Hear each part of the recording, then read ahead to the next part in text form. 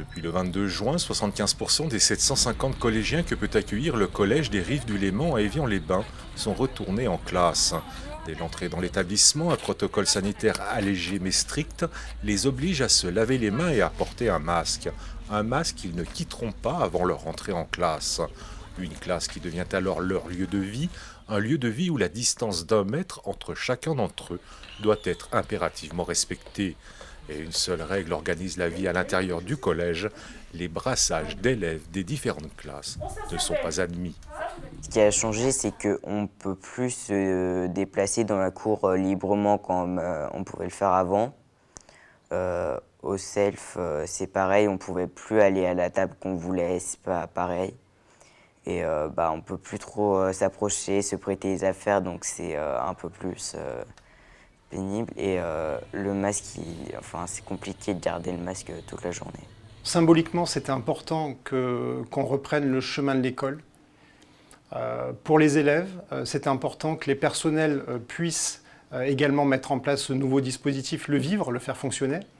Et c'est un signal pour mieux préparer la rentrée de septembre. En tout cas, aujourd'hui, on peut se projeter, on sait faire. La grande idée, c'est l'intelligence collective. Et ça, l'intelligence collective, la mutualisation des solutions qui ont pu être trouvées, je crois que cette période a fait naître justement cette concordance des esprits et des volontés pour répondre à la mission de service public. De la période de confinement à ce retour au collège obligatoire, collégiens et professeurs ont appris une plus grande autonomie pour certains et parfois inventé des outils pédagogiques pour d'autres.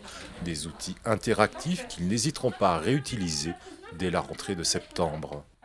Autonomie. Pour moi, c'est un des mots-clés et qu'il ne faut pas perdre.